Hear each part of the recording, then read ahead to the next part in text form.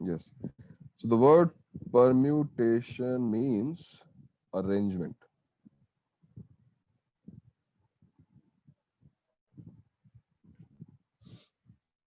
ठीक है, जो परमुटेशन वर्ड है ना उसका मतलब अरेंजमेंट है.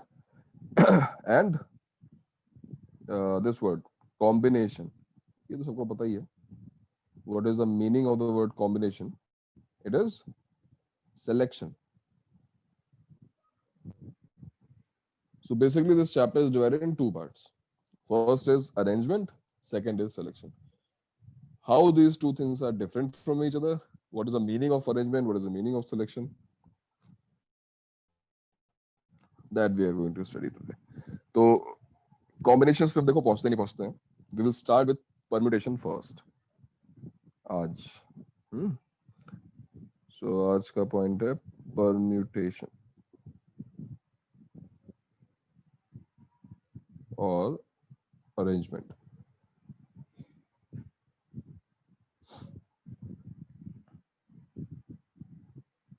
Okay. So what is the meaning of the word arrangement? तो arrangement सबको पता ही है ना. अब अरेंज करना, टिपिकली अरेंज करना कोई बहुत ही स्पेसिफिक काम नहीं हुआ, हमको और भी इंफॉर्मेशन प्रोवाइड करनी पड़ेगी. Like if I ask you arrange 4 let's say boys in a row. Obviously boys सारे डिस्टिंक्ट है, कोई भी उसमें ट्विन ब्रदर्स ऐसा कुछ भी नहीं है. So arrange 4 boys in a row. In how many ways we can do that? We have 4 factorial. 4 boys. Yes. और इन 4 boys को हम अरेंज करने जा रहे हैं 4 पोजीशंस पे. ऑब्वियसली इन ए रो बोलने का मतलब वही है कि we have 4 distinct positions. Let's call these positions A B C D. Okay, I am just naming these positions. 1 2 3 4 भी लिख सकता हूं मैं, मैंने ए बी सी लिख दिया. We have 4 distinct positions. It may be 4 distinct chairs. It can be any 4 distinct positions. मेरी बात ध्यान से समझना, because book में ये word row लिखा होगा, but we are not limited to a row only. What I'm saying is arrange 4 boys at 4 distinct positions. और ये 4 positions कहीं भी हो सकती हैं. In a row, in a circle, anywhere. Circular permutation एक अलग चीज होती है, बट अगर मैं बोल रहा हूँ कि ये 4 पोजीशंस अलग अलग हैं तो फिर आंसर हमेशा सेम रहेगा. कैसे? पोजीशन ए, फर्स्ट पोजीशन पे हमारे पास कितनी चॉइसेस हैं? How many choices do we have at first position A? तो या तो यहाँ पर B1 आएगा, या फिर B2 आएगा, या फिर B3, या फिर B4. ऑब्वियसली हमारे पास 4 चॉइसेस. नेक्स्ट, हमारा टास्क अभी फिनिश नहीं हुआ है, तो मैंने क्या बताया, जब तक टास्क फिनिश ना हो keep on multiplying. Next position पर हमारे पास कितनी चॉइसेस हैं? 3. How many choices are there? 3, because एक जो बॉय है वो तो फर्स्ट पोजीशन पे आ ही चुका है. सो 4 into 3 into 2 into 1. तो एक बात बहुत ही क्लियर है कि number of ways to arrange n distinct objects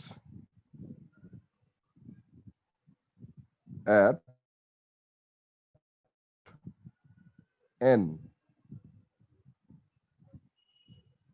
distinct positions, or it can be said or in a row. तो ये दोनों ही चीजें हो सकती हैं ना. It can be n distinct positions or it can be in a row. एक line से उनको अरेंज करना है. Will be, and once again I think बहुत ही क्लियर सी बात है कि अगर हमारे पास n पोजीशंस है. वॉइस लैग कर रहा है सभी को?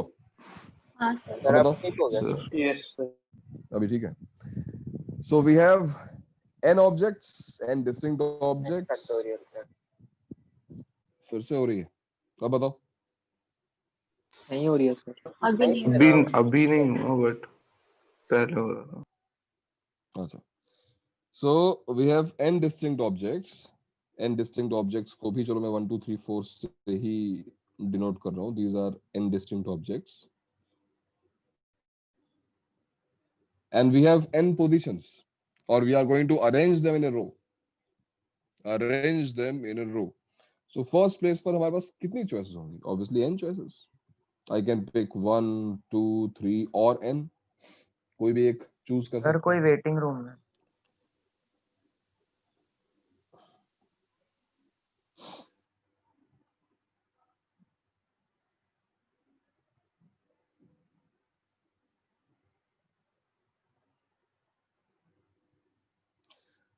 So for n positions, what will be your answer? At first position we have n choices.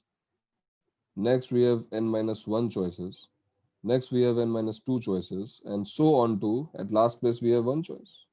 So answer is n factorial. n factorial.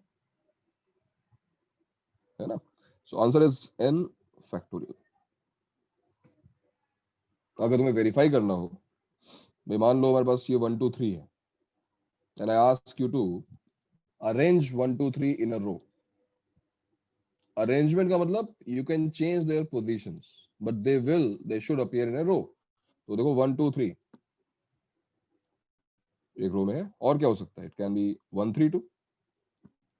This is a different arrangement because 2 comes later now. It can be 2 1 3. It can be 2 3 1. It can be 3 1 2. It can be 3 2 1. So how many arrangements are possible? Maximum 6 arrangements are possible. But इसको तुम ध्यान से देखो, ये 6 लाने का तरीका हमारे पास आसान था, because we have 3 distinct digits and obviously we have 3 positions, or we are arranging them in a row. So at first place we have 3 choices, at next place we have 2 and then 1, and answer is 6. So the number of ways to arrange n distinct objects and at n distinct positions or in a row will be n factorial. Undoubtedly बहुत ही simple सी बात है. हमने last class में जो numbers form किए थे 1 2 3 से, how many numbers can be formed without repetition, same he question हुआ है ना. ये स्टेटमेंट नोट कर लो, ये वाला स्टेटमेंट नोट कर लो.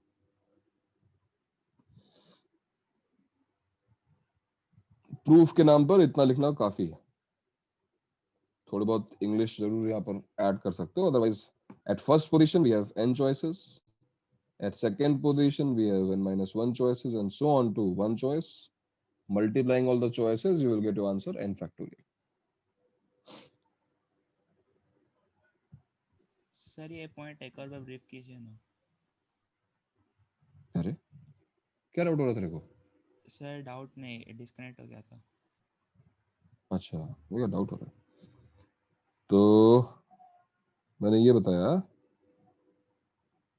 कि अगर n ऑब्जेक्ट्स, जैसे कि 3 ऑब्जेक्ट्स अगर तुम्हें दिए जाएं और बोला जाए कि इन 3 ऑब्जेक्ट्स को 3 प्लेसेस पर या फिर एक रो में अरेंज करो, so number of veg will be 3 factorial. 4 है तो 4 फैक्टोरियल, n है तो n फैक्टोरियल. और उसका प्रूफ है ये देखो, अगर 3 ऑब्जेक्ट्स हैं, फर्स्ट प्लेस पे we have 3 choices, second place पे we have 2 choices and third place पे we have 1 choice. So 3 into 2 into 1 answer is 6. यही बताया फर्स्ट पॉइंट में. ठीक है, नोट कर लिया मैं सभी ने? Okay sir. ये नोट कर लिया क्या? सर एक सेकंड नीचे रखो. नीचे करो. नीचे नहीं मतलब वो वो तो ऐसे एग्जांपल दिया यार, उसको नोट करने की जरूरत नहीं है. तो पता ही है ना 1 2 3 से 6 नंबर्स फॉर्म हो सकते हैं.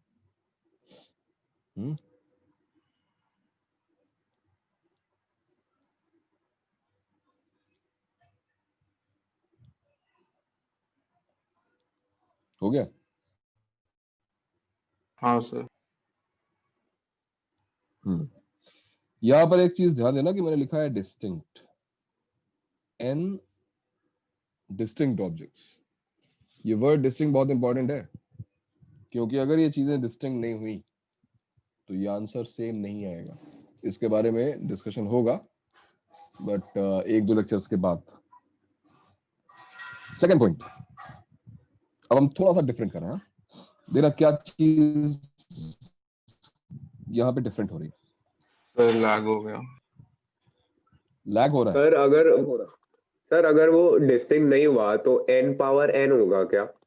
नहीं नहीं नहीं, डिस्टिंक्ट नहीं हुआ, बट रेपिटेशन अलाउड नहीं है। अच्छा ओके। n पावर n तब आता है जब डिस्टिंक्ट हो और रेपिटेशन भी अलाउड हो, तब n पावर n आएगा। ओके सर फिर वो n फैक्टोरियल अपॉन To जितने सिमिलर है वो arrange. सब। बिल्कुल सही बात है। ये तो कॉलेज में हुआ होगा यार, स्कूल लेक्चर में आइडेंटिकल वाला। तुम लोग ऐसे बिहेव करो, फर्स्ट टाइम पढ़ना।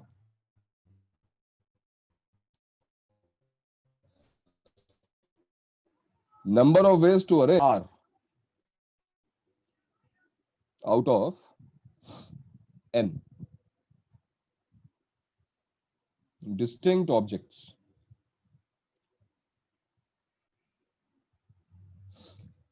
Number of ways to arrange r out of n distinct objects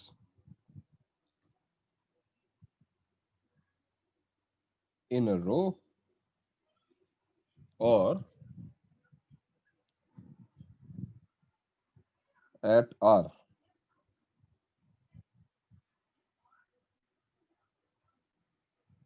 Distinct positions.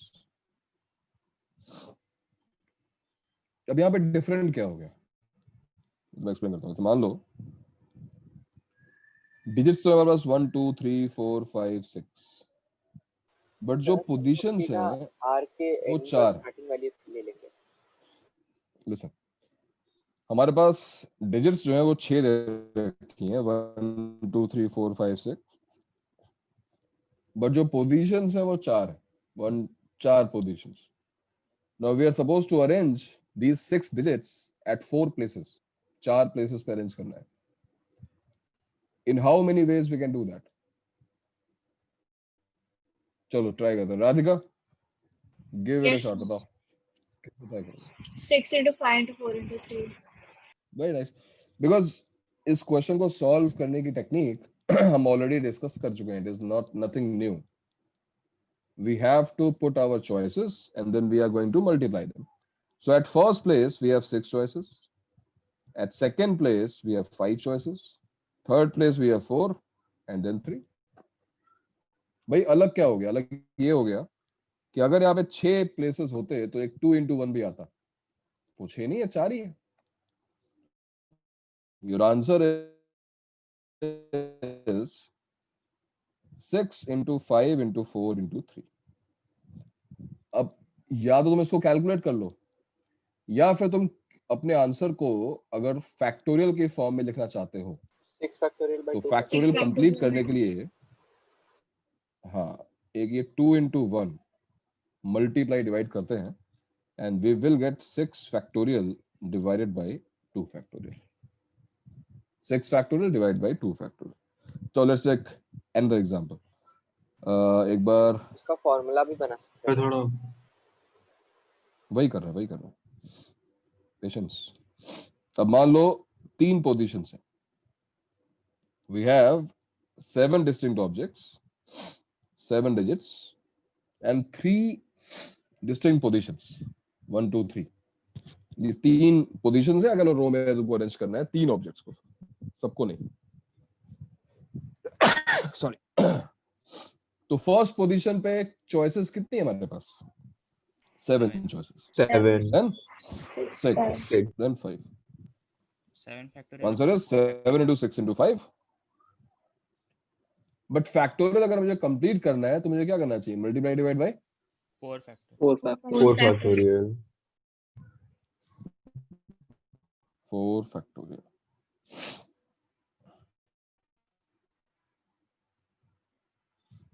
और ये क्या हो गया? 7 फैक्टोरियल डिवाइड बाय 4 फैक्टोरियल। अब अगर तुम इसको और ढंग से ऑब्जर्व करो, बिकॉज यहाँ पे नोटिस करो 6 ऑब्जेक्ट्स थे और 4 प्लेसेस थे, तो तो हम n factorial upon n minus इसको r हम लिख सकते हैं factorial 6 फैक्टोरियल। यहाँ पे 7 ऑब्जेक्ट्स थे और 3 पोजीशंस थे, सो 7 factorial divided by 7 minus 3 whole factorial. Why I'm writing this answer in this manner? Because somewhere I have to relate my answer with 6 and 4. I have to relate my answer with 7 and 3, because the information provided was 7 objects and 3 positions, 6 objects and 4 positions. तो answer में वो terms आनी चाहिए ना. Now look at this statement. Number of ways to arrange r out of n distinct objects in a row or n distinct objects at r distinct positions. तो objects तो n है, objects ज्यादा हैं, ये मान लो बराबर भी हो सकते हैं, पोजीशंस कम है, n r, चलो अब n और r की बात करते हैं. We have n distinct objects, 1 2 3 4 5 and so on to n, and we have r positions. So first position, p1 p2, position 3 and so on to we have position r. ठीक है, मैंने blocks बना दिए तुम्हें एक्सप्लेन करने के लिए. एक बार फिर इस क्वेश्चन को चॉइसेस को मल्टीप्लाई करके सॉल्व करते हैं. तो at first position how many choices do we have? We have n choices. Second place पर n-1 चॉइसेस. थर्ड प्लेस पर वी हैव n-2 चॉइसेस. तो मुझे बताओ कि rth प्लेस पर तुम्हारे पास कितनी चॉइसेस होनी चाहिए? n minus pr plus n minus n minus pr plus plus PR minus not pr, don't say pr. r minus 1 हाँ, यहाँ पर तुमने p1 यूज किया, यहाँ पे तुमने p2 यूज किया है क्या? तुमने 1 2 3 यूज किया है ना? Why using pr? r use करोगे ना. एट rth पोजीशन, p मैंने केवल पोजीशन तुम्हें बताने के लिए p यूज किया है, r यूज करो. n माइनस r माइनस 1, क्योंकि 3 की जगह पर 2 आया है, 2 की जगह पे 1 आया है, तो r की जगह पर r माइनस 1 आएगा, pr नहीं आएगा. So what is your answer? इसको मल्टीप्लाई करो, इन सभी चॉइसेस को मल्टीप्लाई करते हैं, and your answer will be n into n-1 into n-2 and so on to क्या? n minus r minus r plus 1. plus 1. इसमें हमने कोई नई कोई थियरी यूज नहीं की है, सेम थियरी जो हम लास्ट 2 लेक्चर से पढ़ते आ रहे हैं, वही चीज है. But now the question comes, can you complete the factorial? यहाँ पर जो मल्टीप्लिकेशन हो रहा है n to n minus r plus 1, can you complete this factorial? sir multiply and divide by n minus r factorial. Very nice. To complete the factorial, see 7 6 5, तो 5 के बाद जो नेचुरल नंबर था उसका फैक्टोरियल हमने मल्टीप्लाई डिवाइड कर दिया, because the numbers remaining are what 4 3 2 1. Similarly look at this last number n minus r plus 1. So इससे जस्ट छोटा जो नेचुरल नंबर है वो क्या है? n minus r है. So we need, if we want to complete the factorial, we need all natural numbers which are less than or equal to n minus r. That is nothing but n minus r factorial. तो n minus r factorial से multiply और divide कर देते हैं, and then you will get this answer, n factorial divided by n minus r factorial. ठीक है, तो ये है हमारा answer. Answer to which question, which statement? That if you have to arrange r out of n distinct objects in a row or at r positions, then your answer will be n factorial divided by n minus r factorial. अब answer n factorial नहीं आएगा. Answer n factorial कब आता है? जब n objects होते हैं और n ही पोजीशंस होती हैं. अब यही पे देखो ना, तुम r को अगर n रख दोगे तो n माइनस n 0 फैक्टोरियल 1 होता है, इसलिए आंसर n फैक्टोरियल हो जाएगा. तो ये एक और जेनरिक स्टेटमेंट है और इसी आंसर को NPR, ठीक है, इस सिंबल से इसको डिनोट किया जाता है. Answer is denoted by NPR. So for you, NPR is equal to n factorial divided by n minus r factorial. ये statement हम complete करते हैं. The number of ways in which r out of n distinct objects in a row or n objects at r positions can be arranged is denoted by NPR. ठीक है, और इसको complete करो. And NPR equals to n factorial divided by n minus r factorial. How useful is this formula? Sir कितना देखिए important है तो ये फॉर्मूला? ये फॉर्मूला बिल्कुल भी इंपॉर्टेंट नहीं है. ये फॉर्मूला इसलिए इंपॉर्टेंट नहीं है बिकॉज इस फॉर्मूले को डिराइव करने के लिए we have used something very basic, what we have covered in initial lectures. First second lecture में जो हमने कवर किया है, हमने वही चीज यूज की है इस फॉर्मूले के डेरिवेशन में. सो NPR तुम्हें आता है या नहीं आता है उससे कोई फर्क नहीं पड़ता, बिकॉज अगर तुमको ये फॉर्मूला नहीं आता है and you know this method of verifying your choices and then multiplying them to get your answer, if you know this method then you can always get your answer. Though in CBSE या अपना state board में school में जब exam होंगे तो NPR mentioned होगा answers में, NPR पता होना चाहिए, but is not very crucial कि NPR नहीं पता है तो क्वेश्चन सॉल्व नहीं होगा.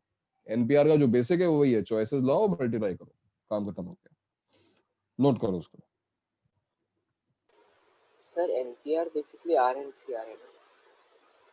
नहीं, R factorial into NCR. हाँ R फैक्टोरियल. नोट करो यहां से statement, the number of ways to arrange r out of n distinct objects in a row or at r distinct positions. मैं बार बार ये इसलिए लिखवा रहा हूँ कि रो मेंशन करना जरूरी नहीं है. If I give you r positions तो बात वही हो जाएगी, चाहे वो पोजीशंस किसी भी तरीके से रखी गई हो. वो r पोजीशंस हेक्सागोनल हो सकती हैं, वो कहीं भी r पोजीशंस हो सकती है, ऊपर नीचे हो सकती हैं, वर्टिकल अरेंजमेंट हो सकता है. If you have r positions, r distinct positions defined, answer is always NPR. और NPR का फॉर्मूला, NPR की वैल्यू होती है n factorial divide by n minus r factorial. Note कर लो स्टेटमेंट. और प्रूफ इसका सर आज मैथ्स कहने के लिए जल्दी स्टार्ट यहाँ हो गया क्या? मैथ्स थर्ड लेक्चर हाँ होता यार, है ना सर? वो सर का कनेक्शन की प्रॉब्लम थी ना. ओके वैसे भी फिजिक्स अगर स्टार्ट होता तो फिजिक्स तो 11 से स्टार्ट होता. तो कब आया? पौने अभी आ गया ना, 10 मिनट पहले. सर मैं अभी ज्वाइन किया, मतलब मैंने पासवर्ड डाला मीटिंग का, मुझे सिर्फ कनेक्टिंग ही आ रहा था, कितने टाइम से अंदर ही नहीं आ पा रहा था, बहुत बार रीस्टार्ट करना पड़ा. अरे मुझे तो कोई दिखाई नहीं था वेटिंग रूम में, अरे तो कनेक्ट ही नहीं हो रहा था. हाँ सर, मतलब सिर्फ कनेक्टिंग आ रहा था, मतलब ज्वाइन ही नहीं हो रहा था, अंदर मीटिंग में ही नहीं एंटर हो पा रहा. चल ठीक है, कोई बात नहीं. ये NPR तो पढ़ा ही होगा ना. हाँ थोड़ा सा पढ़ा था सर कॉलेज में. स्कूल लेक्चर में, कॉलेज लेक्चर में. हाँ सर. वही NPR अभी. और अब क्वेश्चंस करेंगे. NPR कुछ नया नहीं है, बस तुम ये फॉर्मूला याद कर लो, इतना याद है तो काम हो जाएगा हमारा. ओके सर पार्ट टेस्ट में बाइनोमियल और PNC आ रहे हैं ना?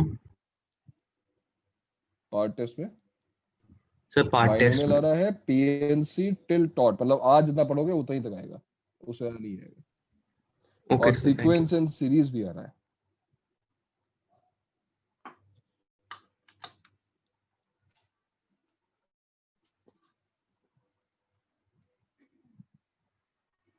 अभी क्रिश आ गया.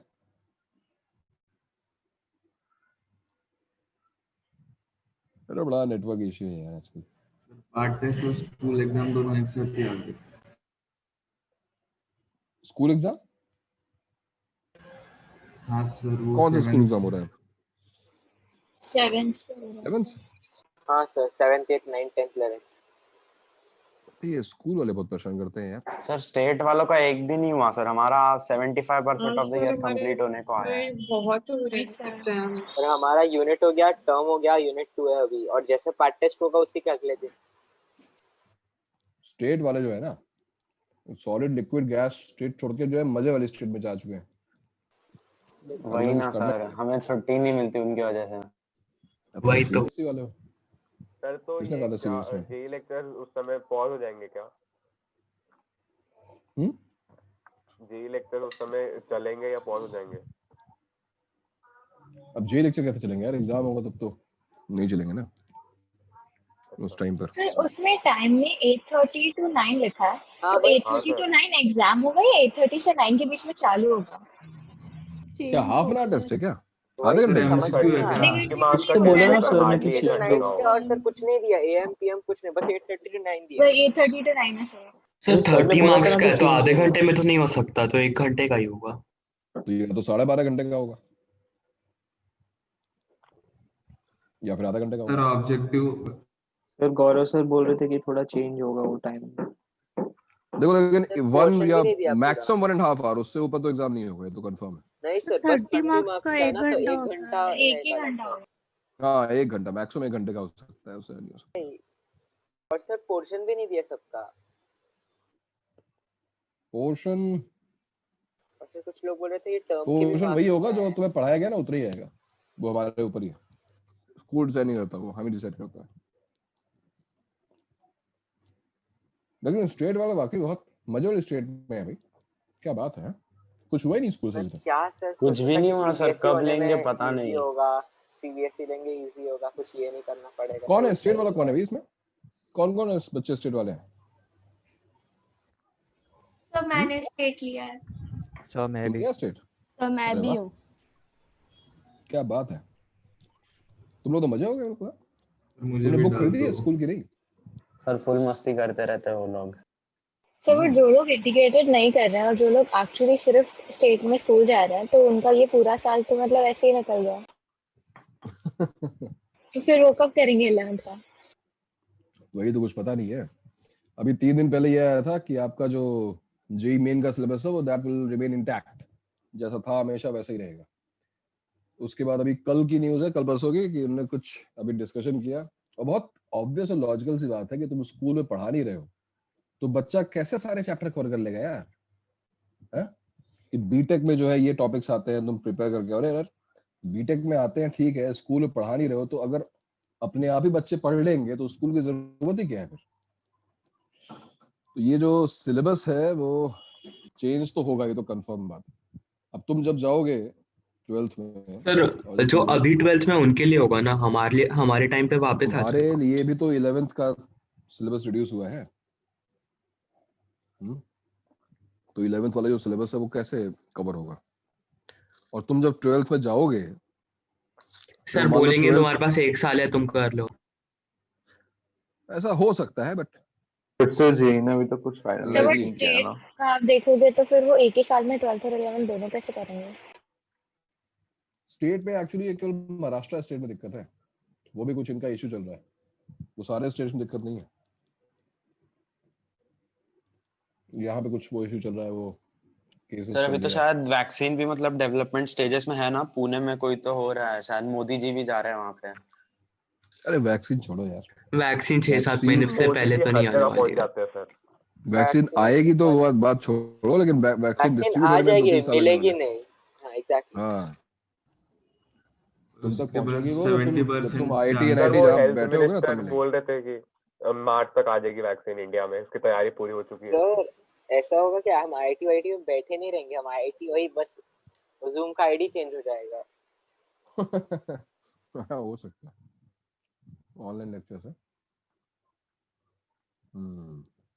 हो सर सकता है। क्या मतलब है ये? वो पहले बोला था 10th के बाद मजे करो, बोला था फिर कॉलेज में मजे करो, अब हर जगह ऑनलाइन चल रहा है।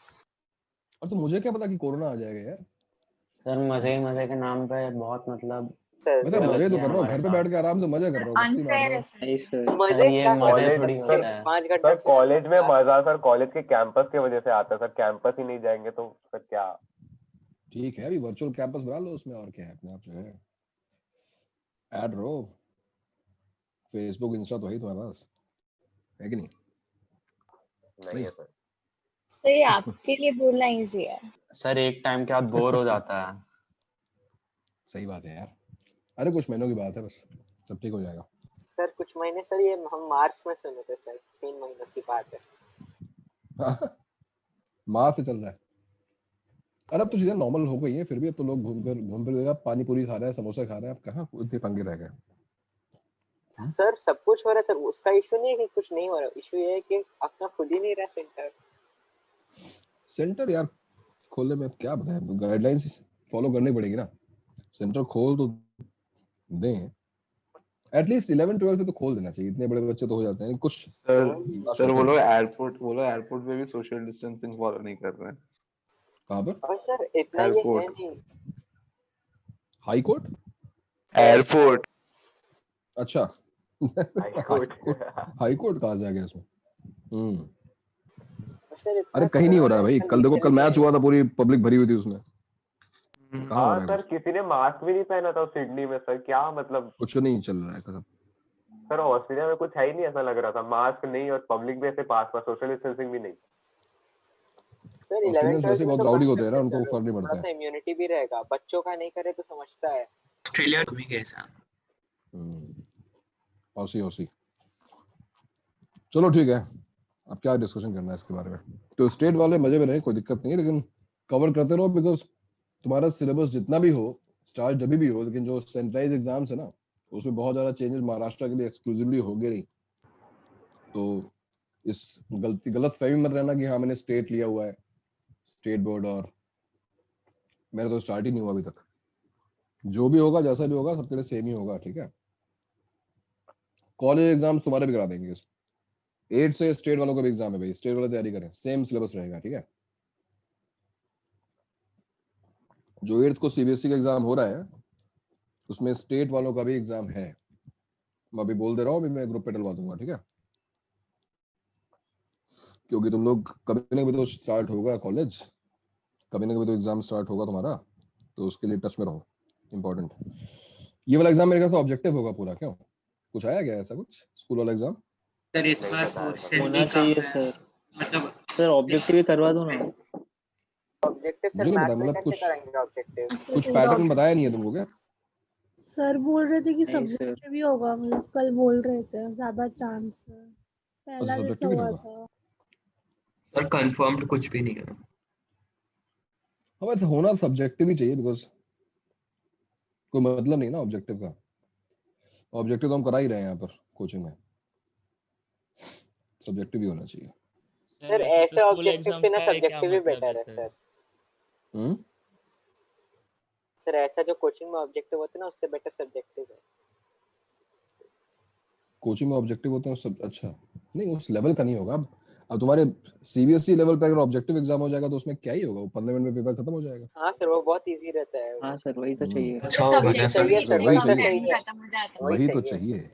वही तो चाहिए सर। सर आपके टाइम पे आप लोग सब्जेक्टिव जेई का पेपर कैसे सर मैनेज करते थे, मतलब उसमें सर प्रूफ करना पड़ता था? अरे सर कुछ मैंने नहीं पता भाई, केमिस्ट्री में तो जान ले ली थी ना, वही तो कहना है।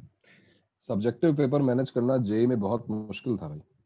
हालांकि क्वेश्चंस उतने ज्यादा ट्रिकी भी नहीं थे, मतलब जैसे अभी है डिफिकल्टी लेवल वैसा ही था, लेकिन फिर वही बात थी ना कि सारे स्टेप्स लिखना, और फिर सामने ऑप्शंस होते हैं तो थोड़ा कॉन्फिडेंस रहता है कि चलो ठीक है मैच करेगा तो समझ में आएगा आपने सही किया है। लेकिन जब कुछ नहीं होता तो भाई कुछ भी नहीं होता। हाँ बहुत सही मुश्किल। डायरेक्शन तो मिलता है कि ऑप्शन है तो अच्छा। स्टेप मार्किंग नहीं होता था क्या तभी, मतलब जब सब्जेक्टिव था? यस आंसर्स करेक्ट आने के बाद ही स्टेप मार्किंग हो गया, आंसर नहीं आया तो कोई बात ही नहीं। सर मतलब आधा आंसर सही है और गलत हो गया तो स्टेप मार्क्स नहीं मिलेगा? स्टेप मार्क का मतलब ये नहीं है कि तुम्हारा आंसर रॉन्ग है फिर भी तुम्हारे 2-3 स्टेप सही है तो मार्क्स मिल जाएंगे। जब तुम्हारा आंसर सही होगा तब स्टेप मार्किंग होगी। किस लिए? कि तुमने कुछ स्टेप मिस तो नहीं कर दिया, तुम्हारे मार्क्स कट करने के लिए, एक्स्ट्रा मार्क्स देने के लिए नहीं। अगर आंसर सही नहीं है तो मार्क्स भूल ही जाओ,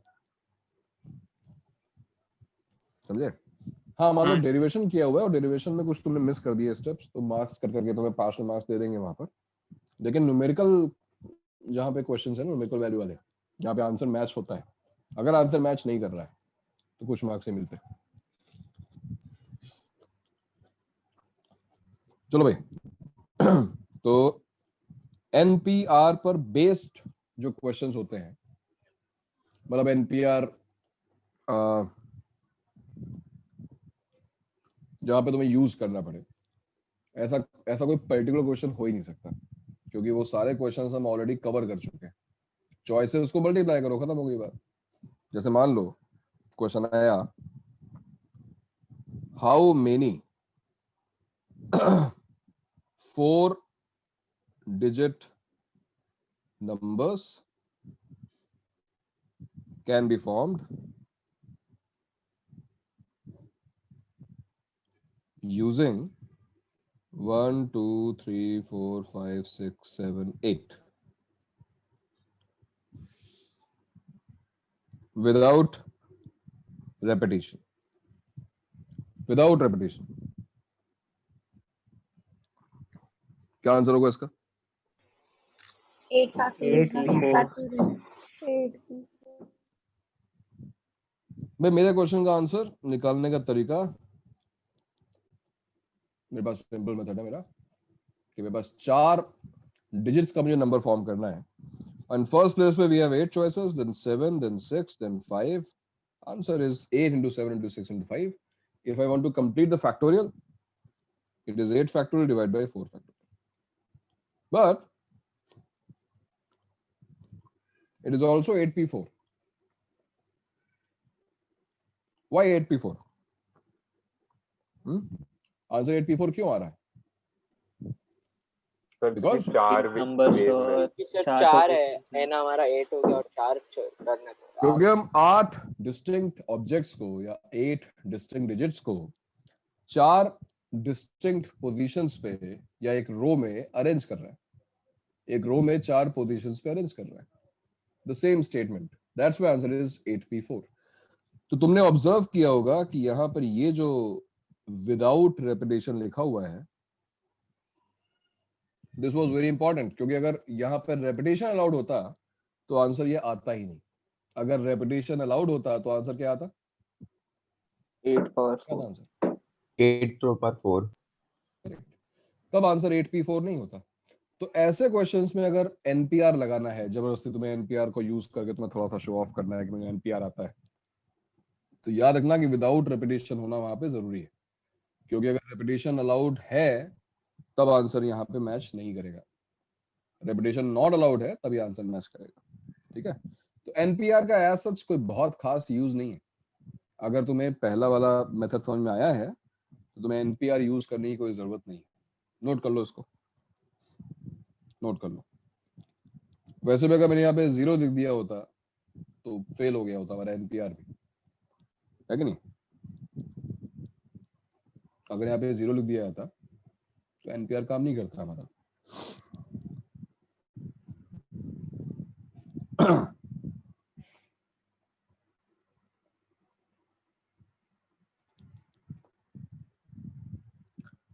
तुम देखोगे तुम्हारे सीबीएसई बुक में आई थिंक ऐसे कुछ क्वेश्चंस होने चाहिए, like np2 plus np1 is equal to 10, find the value of n। पता नहीं क्यों वो तुम्हें एनपीआर की प्रैक्टिस करवाना चाहते हैं। वही मतलब बुक्स जो लिखी हुई है ना थोड़ी सी इलॉजिकल सी, जो एनपीआर इंपॉर्टेंट ही नहीं है उसकी प्रैक्टिस क्यों करवानी है? चलो ठीक है, करो तुम इस क्वेश्चन को। ये सीबीएसई बुक वाला क्वेश्चन है, find the value of n which will satisfy this equation.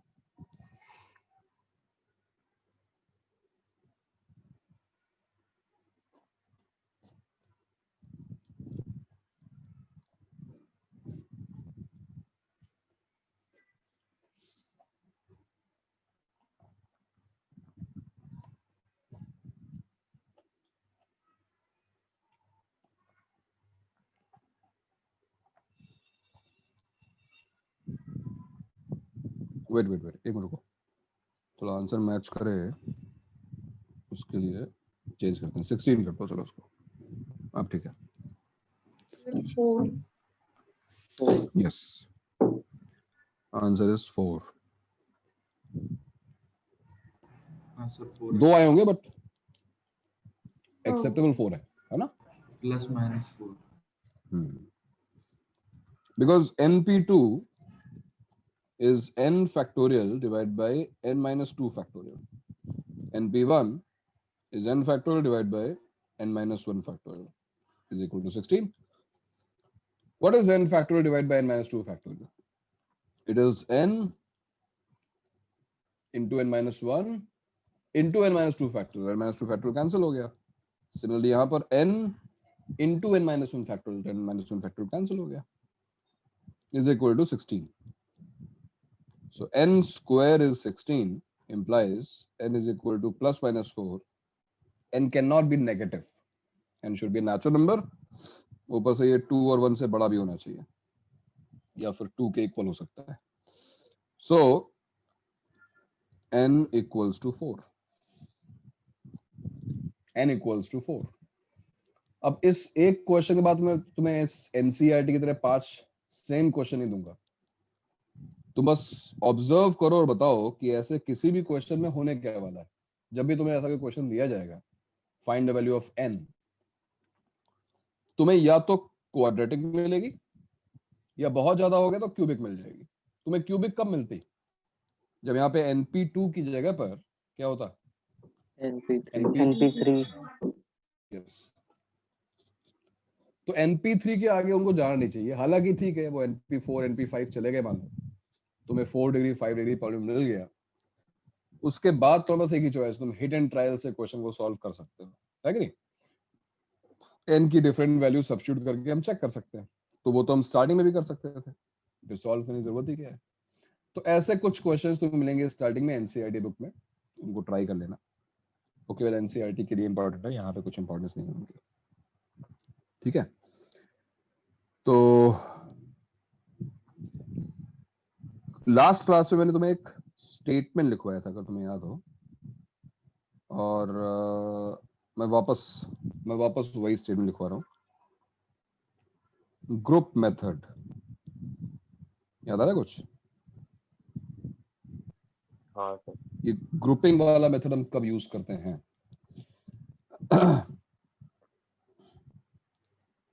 Number of ways to arrange m plus n distinct objects in a row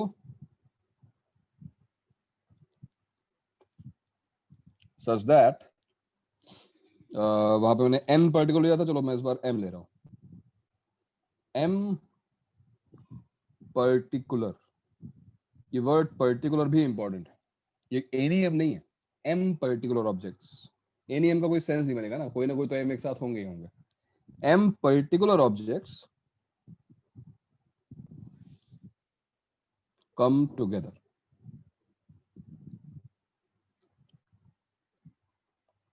will be. तो अगर किसी को याद हो कि हमने एक स्टेटमेंट कैसे सॉल्व किया था तो बताए, ये हमने सॉल्व कैसे किया था? हमने एक मिला के m plus 1 factorial into n उसका वो था. गुड. हमने ये जो m चीजें थी, जो m ऑब्जेक्ट्स थे, उनको एक ग्रुप अज्यूम कर लिया, मान लो 5 ग्रुप, उनको एक ग्रुप में डाल दिया. अब हमारे पास क्या है, एक तो 5 ग्रुप है और उसके अलावा 1 2 3 and so on to n objects.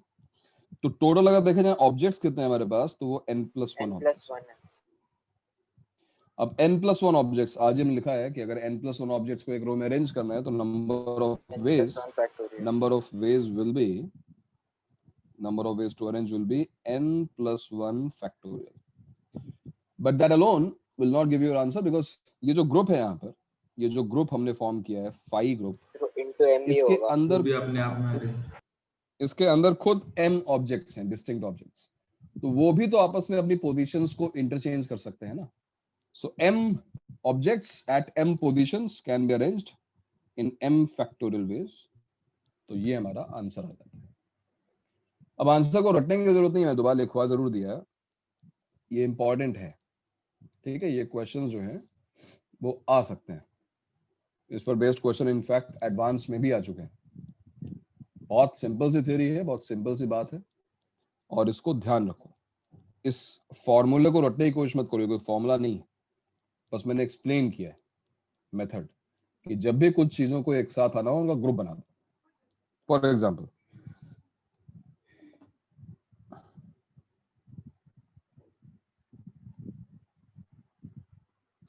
लेते हैं,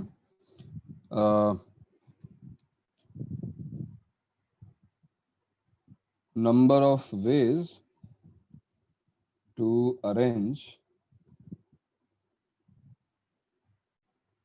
3 boys and 4 girls in a row such that all boys come together.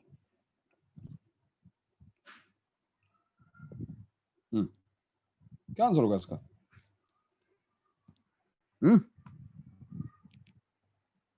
बताओ भाई क्या आंसर होगा? 5 factorial 5 factorial into 3 factorial। तो ये जो 3 बॉयज हैं इनका हमने एक ग्रुप बना दिया भाई। इनका हमने एक गैंग बना दिया, और उसके बाद we have 4 girls. So actually हमारे पास 7 ऑब्जेक्ट्स नहीं है, मतलब 7 डिस्टिंक्ट पर्सन्स नहीं है हमारे पास। अब एक ग्रुप है और फिर ये 4 डिस्टिंक्ट पर्सन्स है, गर्ल्स हैं। सो टोटल हमारे पास ये 5 पर्सन्स हैं, उनको हमको एक रो में अरेंज करना है, तो आंसर होगा 5 factorial. But what if B1 and B2 are interchanged? It will be a new formation, it will be a new arrangement. So we cannot ignore this कि जो ग्रुप है उसके अंदर भी एलिमेंट्स को आपस में अरेंज किया सकता है। That's why this will be multiplied with what? The number of ways to arrange elements inside the group. तीन एलिमेंट्स है हमारे पास, so 3 factorial, and this is your answer. समझा है भाई? Yes sir. नोट कर लो, नोट करो।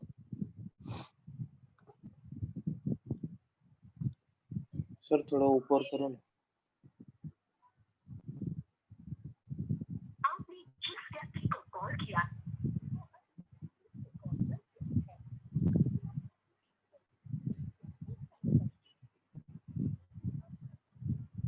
मैम जरा attendance ले ना। नहीं अभी ले लो, अभी ये 2-3 और भगोड़े हैं उसमें, देख लो कौन है।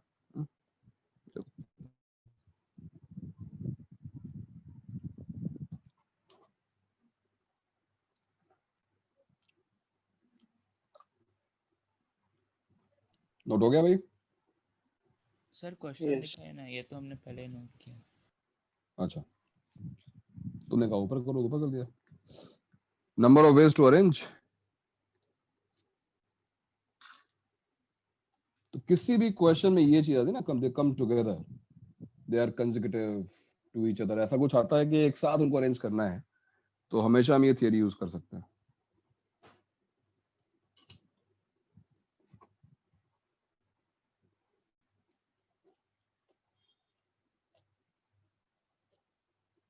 अभी हो गया? यस। ओके, अब मान दो यहीं पर मैं तुम्हें दूसरा क्वेश्चन दूं, सब कुछ सेम है। Number of ways to arrange 3 boys and 4 girls in a row such that no 2 boys come together. अब इस क्वेश्चन को कैसे किया जाएगा?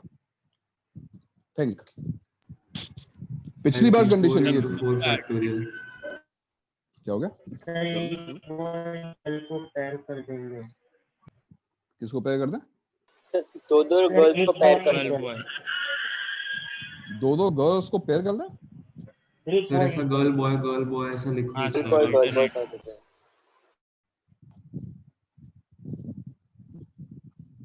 जीबी जी. सर लेकिन एक और पॉसिबिलिटी है ना, मतलब एक तो ये है बट ऐसा दो गर्ल्स साइमल्टेनियसली आया उसके आजू बाजू बॉयज है, तो हम इसको बैठ के काउंटिंग करेंगे इसकी. सर पहले दो गर्ल्स का एक ग्रुप बना लेते सर हैं. दो गर्ल्स का एक ग्रुप बनाते हैं, उसके केस लेते हैं और फिर तो पहले वन बाय वन एक बॉय का ग्रुप एक करके बोलो. जोएब तुम क्या बोल रहे हो? क्या बोलना चाहते हो? Final one and final. हमने जो मेथड निकाला है ना वो वैसे ग्रुपिंग वाला, तो हम दो केसेस बनाते, एक में हम ग्रुप करते एक बॉय एक गर्ल उसका बनाते, फिर किसको ग्रुप बनाते हैं? एक बॉय और एक गर्ल का ग्रुप बनाते. ऐसा क्यों कर रहे हो भाई? अगर तुम एक बॉय और एक गर्ल का ग्रुप बना रहे हो, मान लो एक बना जीबी और एक बना बीजी, तो बॉय तो एक साथ आ गए ना. No two boys come together. तो हम फैक्टोरियल से नहीं मल्टीप्लाई करेंगे ना, दो का ही है ना. पेयरिंग सर करने का हम मतलब दो नहीं है. गर्ल का एक ग्रुप बनाते हैं. दो गर्ल का ग्रुप बनाया. अच्छा चलो बना लिया मैंने. अब क्या करूं? और दो गर्ल का अलग, अल्टरनेट में दो गर्ल का अलग. नहीं, सिर्फ एक ही ग्रुप. अच्छा एक ही ग्रुप. हाँ अब फिर एक बॉय, फिर एक गर्ल, फिर एक बॉय. अब तुम ये करो कि हम ऑल्टरनेटली फिर उसको रख दें. हाँ सर. यही कह रहे हो ना? अच्छा कितनी गर्ल्स हैं हमारे पास? 4 और 3 बॉयज. सर लेकिन ऐसा सर एक लास्ट वाला बॉय साथ में आने का चांस रह जाएगा. 4 गर्ल्स है ना? हाँ. तो क्या 3 गर्ल्स एक साथ नहीं आ सकती? देखो no two boys are together. तुम दो का ग्रुप क्यों बना रहे हो?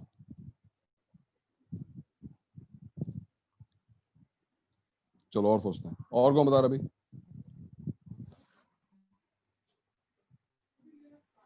ग्रुप बनाने में दिक्कत ये भी है कि किसका ग्रुप बनाएंगे, किन दो गर्ल्स का.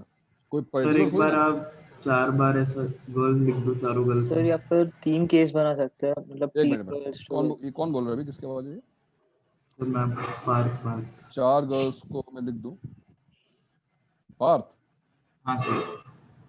पार्थ बताओ. 4 गर्ल्स सर बॉयज या तो 1 2 3 5 प्लेसेस पे आ सकते हैं ना, मतलब कौन से 5 प्लेसेस हैं वो G1 से पहले और G1 के बाद. ये जो गैप्स हैं बात कर रहा हूँ. हाँ सर. Very nice. और अभी जो गैप्स हैं, ये जो गैप्स तुम्हें दिखाई दे रहे हैं 5 gaps. Why there are 5 gaps? Because we have 4 objects. अगर 4 ऑब्जेक्ट्स हैं तो 5 गैप्स बनेंगे एक रो में. अगर ये 3 होते हैं तो 4 गैप्स बनते हैं. 1 2 3 4 है कि नहीं? एक्सट्रीम को भी काउंट करना है. Now why these gaps are important? ध्यान से समझो, ये और भी इंपॉर्टेंट है ग्रुप मेथड से. This one is called gap method. So whenever you counter such a question where no two of these particular objects come together. पहला क्या था? all come together. दूसरा क्या है? no two of them come together. कोई दो साथ में नहीं आने चाहिए. You will use this theory, gap method. What is gap method? ध्यान से देखो. सबसे पहले तुम उन ऑब्जेक्ट्स को अरेंज कर दो जिन पर कंडीशन नहीं लगी हुई. जैसे यहाँ पे गर्ल्स पर कंडीशन नहीं. So I have 4 girls. I have to arrange them in a row. Answer is 4 factorial. Answer is 4 factorial. If I had to arrange girls only. और ऐसा ना बॉयज को भी डालना है. बॉयज को जो अरेंज करना है that comes with a condition. Arrangement comes with a condition. No two boys come together. तो अगर हम उन बॉयज को इन गैप्स में डालते हैं तो certainly कोई भी दो बॉयज एक साथ नहीं आ सकते. अगर उन 3 बॉयज को इन 5 गैप्स में अरेंज किया जाए, लिसन टू मी केयरफुली। भाई फॉर एग्जांपल तुमने फर्स्ट गैप में डाल दिया मान लो B2 को, सेकंड थर्ड गैप में डाल दिया तुमने B1 को, और यहां डाल दिया B3 को। If you are filling these gaps with boys, जब गैप्स में वो आएंगे तो उनके बीच में एटलीस्ट एक गर्ल तो होगी ना। एक हो सकती है, 2 हो सकती है, 3 भी हो सकती है, बट ये कंफर्म्ड है कि 2 बॉयज कभी एक साथ नहीं आ पाएंगे। Why? Because we are filling one gap with one boy only. Now tell me, what is going to be your answer? In how many ways? Yes. Answer is 5p3. The number of ways to fill these 5 distinct gaps. 5 distinct gaps हैं। हर एक gap देखो defined है, G1 के पहले, G1 G2 के बीच में, G2 G3 के बीच में। तो इन 5 पोजीशंस पे 3 बॉयज को अरेंज करने के बेस कितने होंगे? It is 5p3। और अगर तुम्हें 5p3 समझ में नहीं आ रहा है तो मैं तुम्हें दिखा दूं B1 के पास कितनी चॉइसेस हैं। B1 हैज 5 गैप्स, पांचों गैप्स कहीं चला जाए। अब B2 के पास कितनी चॉइसेस हैं? 4 चॉइसेस, बिकॉज B1 जो है वो एक गैप पे जा चुका है। और फिर B3 के पास कितनी चॉइसेस हैं? 3। That's why it is actually 5 into 4 into 3, which is nothing but 5p3. 5 factorial divided by 2 factorial. Sir पर अपने गैप्स को किससे रिप्रेजेंट किया? मतलब वो जरूरी थोड़ी ना गैप्स में बैठेंगे। तो कहाँ बैठेंगे? सर पे नहीं बैठेंगे तो कहाँ 2 बैठाओगे भाई? बॉयज साथ में आ जाएंगे।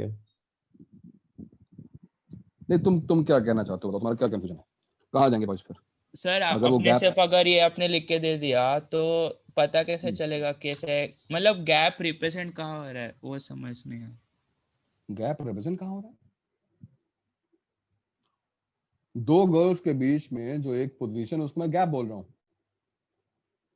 और उस पोजीशन पे एट मोस्ट एक बॉय आ सकता है, या 0, या तो 0 बॉयज या फिर 1 बॉयज।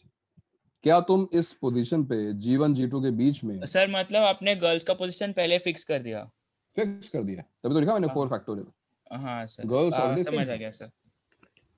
4 फैक्टोरियल का मतलब ये है कि जितने वेज हो सकते हैं गर्ल्स को अरेंज करने के, वो सारे हम कंसीडर कर चुके हैं। अब ये जो मैंने एग्जांपल लिखा है, it is one of those 4 factorial arrangements. कोई एक पर्टिकुलर अरेंजमेंट है, वो मैं तुम्हें दिखाने के लिए लिख रहा हूँ। G1 G2 G3 G4, it can B G4 G3 G2 G, ये भी तो हो सकता है ना? लेकिन ये गैप वाली थ्योरी तो समझ में आ रही होगी ना यार। हम गैप्स यूज क्यों कर रहे हैं, ये बात समझ में आ रही होगी ना? क्योंकि अगर हम गैप्स में चीजों को डालते हैं तो कभी भी 2 चीजें एक साथ नहीं आ सकती, और वही काम ने किया। तो अब this one is more important, ध्यान से। मैं ये जैसे मैंने तुम्हें ग्रुप मेथड लिखवाया है, ऐसे ही मैं तुम्हें गैप मेथड लिखवा रहा हूं। Gap method, what is the statement? Number of ways in which m plus n distinct objects can be arranged in a row. Sir 1 minute sir. क्या हुआ? सर अगर आपने 4 फैक्टोरियल लिखा तो 4 गर्ल्स एक साथ भी बैठ सकते हैं ना, तो वो कैसे हमें एक्सक्लूड करना पड़ेगा ना?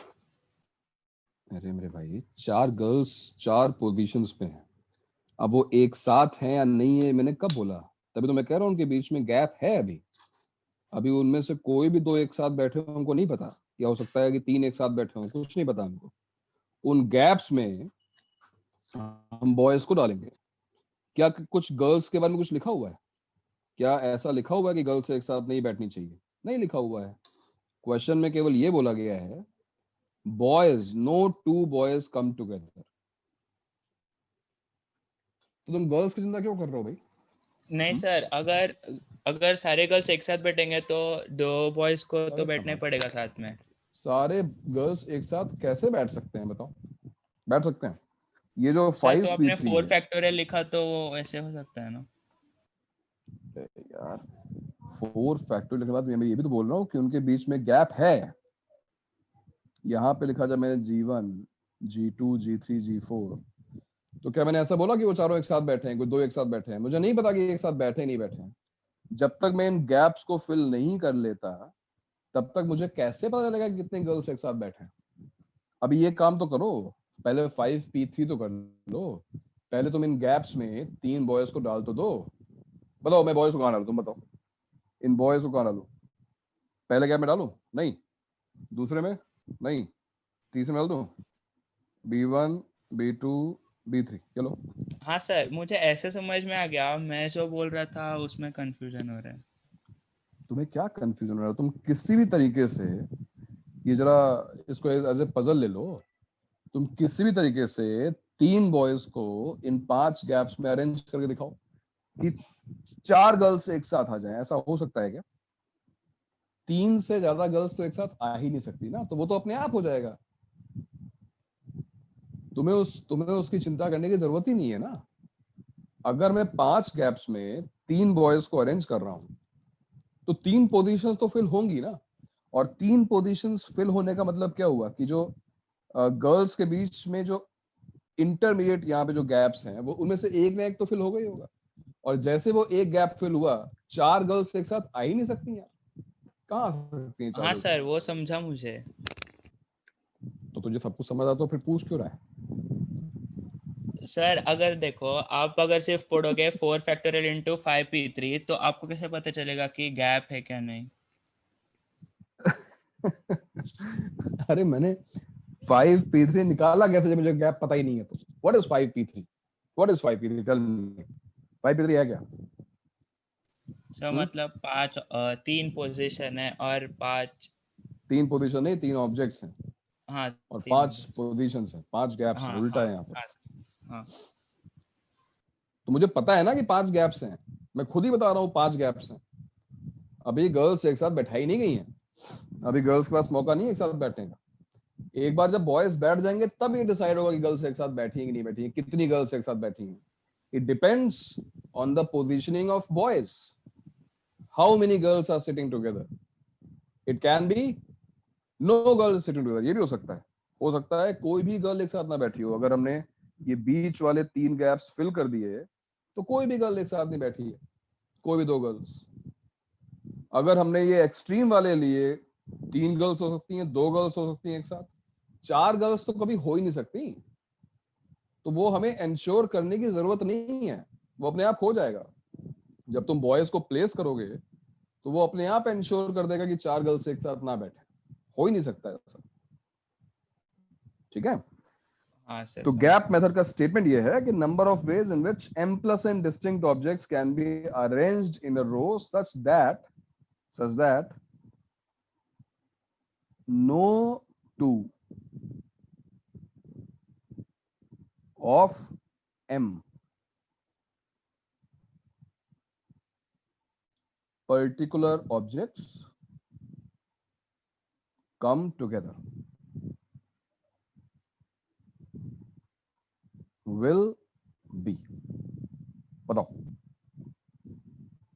इस स्टेटमेंट का आंसर बताओ, सोचो।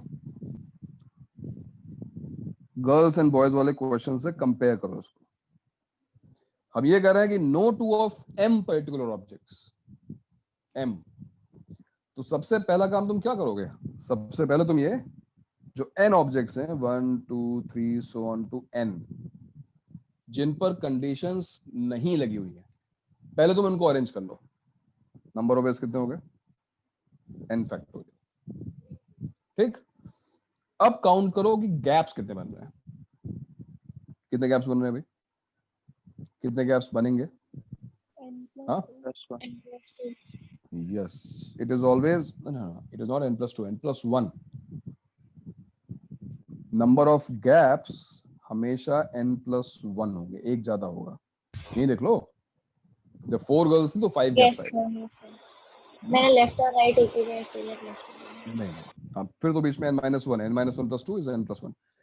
So number of gaps n+1 है, और इन्हीं गैप्स में हमको डालना है किसको, इन m पर्टिकुलर ऑब्जेक्ट्स को। n factorial into n+1 pm n+1 pm, बिल्कुल सही है ना। ऑब्वियसली जो n+1 है वो m से बड़ा या उसके इक्वल हो सकता है।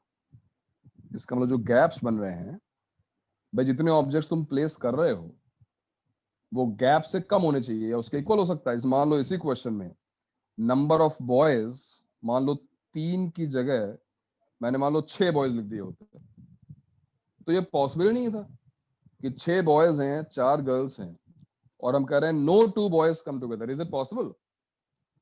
It is not possible. अगर 6 बॉयज हो गए तो कम से कम 2 बॉयज तो एक साथ आएंगे ही आएंगे, तुम कुछ भी कर लो, है ना। तो ये जरूरी है कि जिन ऑब्जेक्ट्स पे कंडीशन लगी है that no 2 of these objects come together, उन ऑब्जेक्ट्स का जो नंबर है m, it should be less than और इक्वल टू n+1, वरना ये n+1 pm डिफाइंड ही नहीं होगा। तो मैंने बताया था ग्रुप मेथड तो चलो इजी था, गैप मेथड वाला जो फॉर्मूला बनाया है उसको याद कर लो या फिर एक बार मेथड को समझ लो। अगर तो मेथड समझ में आ गया तो फॉर्मूला रटने की जरूरत नहीं पड़ेगी। मेथड बहुत सिंपल है। पहले स्टेप में उन ऑब्जेक्ट्स को अरेंज कर लो जिन पर कंडीशन नहीं है। तो इसमें कोई कंडीशन नहीं है, नो कंडीशन, राइट। इन ऑब्जेक्ट्स पे कोई कंडीशन नहीं है। उसके बाद तुम गैप्स काउंट करोगे। The number of gaps is always 1 more than the number of objects you have arranged. n objects को अरेंज किया था, n+1 गैप्स होंगे। उन गैप्स में रिमेनिंग ऑब्जेक्ट्स को जिन पर कंडीशन है उनको डाल दो, अरेंज कर दो। It is always n+1 pm. It will ensure that no 2 of these particular m objects come together, है ना। ये इंश्योर करेगा और ये लॉजिकली हमको समझ में आ रहा है क्यों इंश्योर करेगा, because every gap when it is filled by one object only, तो दूसरे मान लो तुमने इमीडिएटली दूसरे गैप में कुछ फिल भी किया, एक ऑब्जेक्ट तो एटलीस्ट इसके बीच में होगा ही होगा ना। इसलिए गैप मेथड काम करता है और ये बहुत यूजफुल है। अभी 2 साल पहले एक क्वेश्चन आया था जिसका एक पार्ट था गैप मेथड बेस्ड और एक पार्ट था ग्रुप मेथड बेस्ड, और फिर उसने पूछा था दोनों आंसर्स का डिफरेंस बताओ। ये एडवांस का क्वेश्चन था। तो गैप मेथड जो है बड़ा इंपॉर्टेंट है। चांस की बात है कि इतना इजी क्वेश्चन एडवांस में आ गया, बट पीएनसी है, कुछ भी हो सकता है। इजी क्वेश्चंस एडवांस में, डिफिकल्ट क्वेश्चन मेन में, कहीं कुछ भी हो सकता है। फिलहाल है बहुत बेसिक चीज। तो अगर हमको कुछ चीजों को एक साथ रखना है तो ग्रुप बनाओ, और अगर तुम्हें चाहिए कि कोई भी 2 चीजें एक साथ नहीं आ रही हैं तो उनका गैप बना दो, उनको गैप में डाल दो, गैप बनाकर उसको डाल दो। ये ध्यान रहे कि जो स्टेटमेंट जहां लिखवाया जा रहा है वो वहीं पे काम करता है। अब यहाँ पे देखो जो मैंने गैप मेथड लिखवाया है ये एक रो के लिए है, जब चीजें एक रो में अरेंज की जा रही है। अभी थोड़े दिनों बाद हम पढ़ेंगे सर्कुलर अरेंजमेंट, वहां पर ये काम करेगा नहीं करेगा वहां पर डिस्कशन बाद में होगा। ऐसा मत सोचना कि अब ये कहीं भी काम कर जाएगा। ये मेथड केवल स्पेसिफिकली रो अरेंजमेंट में, रो परम्यूटेशन में ही काम करता है। ठीक है, नोट कर लो इस स्टेटमेंट को और आंसर को। आंसर है n factorial multiplied by n+1 pm। Note करो उसको।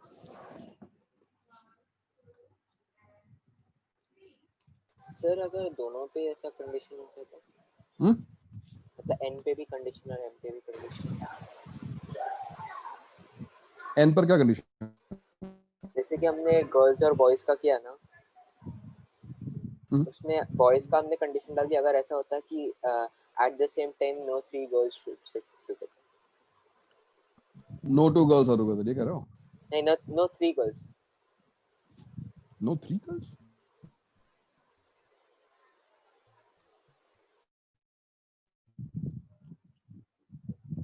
4 गर्ल्स, ऐसा बोल सकते हो।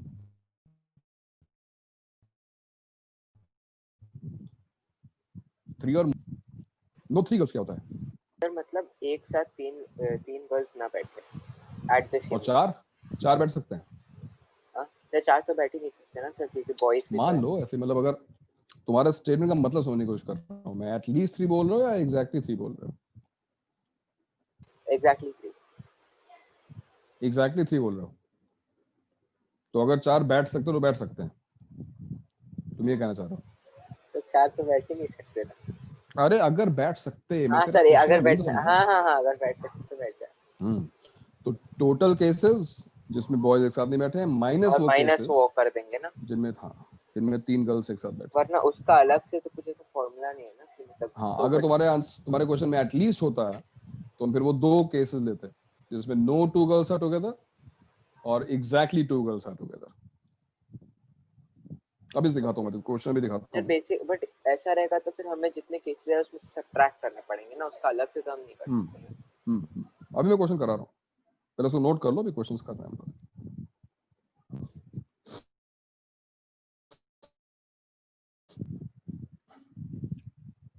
नोट कर लिया भाई? Yes sir.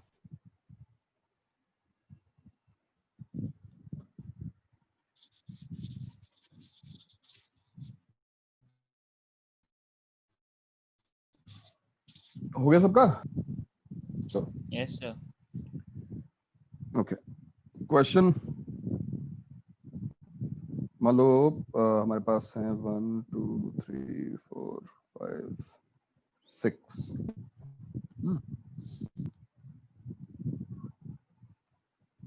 6 digit number is formed without repetition. First part,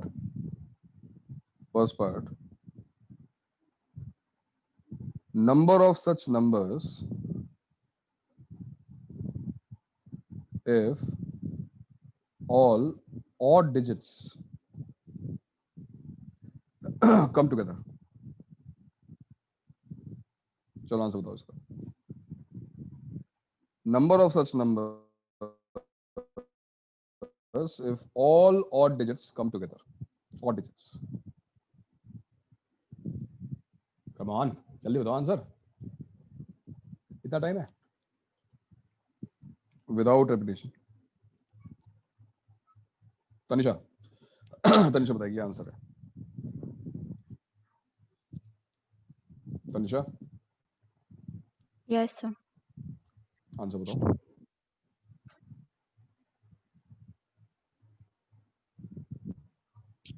All odd digits come together. Sir 3 odd digits है इसमें और 6 Correct. places है, तो सर 6 places, ये ग्रुप मेथड है, ग्रुप मेथड पढ़ो उसको, स्टेटमेंट को देखो। They have to come together.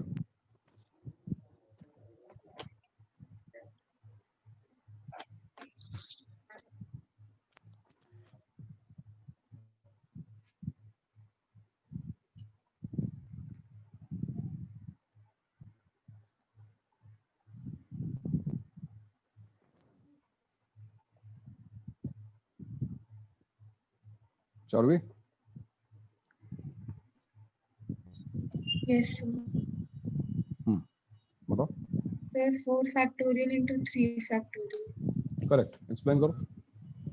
Sir, 1 3 5 को ग्रुप कर देंगे एक साथ, तो लाइक टोटल 4 प्लेसेस हो जाएंगे, एंड उन 3 के अंदर भी अरेंजमेंट के लिए into 3 factorial. करेक्ट। तो जैसे मैंने बताया था कि जो ऑब्जेक्ट्स एक साथ आने वाले हैं, they are coming together, we will form a group. 1 3 5, that's a group, and 2 4 6 are 3 distinct objects. 3 plus 1 4 factorial, 4 objects are to be arranged in a row. Answer is 4 factorial multiplied by the number of ways to arrange objects inside the group. भाई 1 3 5 को तो भी तो आपस में arrange कर सकते हैं, 3 1 5 5 1 3, so multiplied by 3 factorial. Tanisha समझ में आया? हाँ सर। ओके, नोट करो भाई, नोट करते जाओ सभी लोग, हाँ जल्दी जल्दी। Number of numbers if all odd digits come together, answer is 4 factorial into 3 factorial, which is 24 into 6, which is क्या? What is 24 into 6? 144. अब अगर क्वेश्चन पूछा है number of such numbers if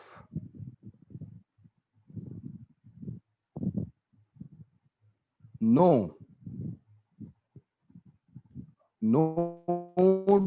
two odd digits come together, बताओ भाई अभिन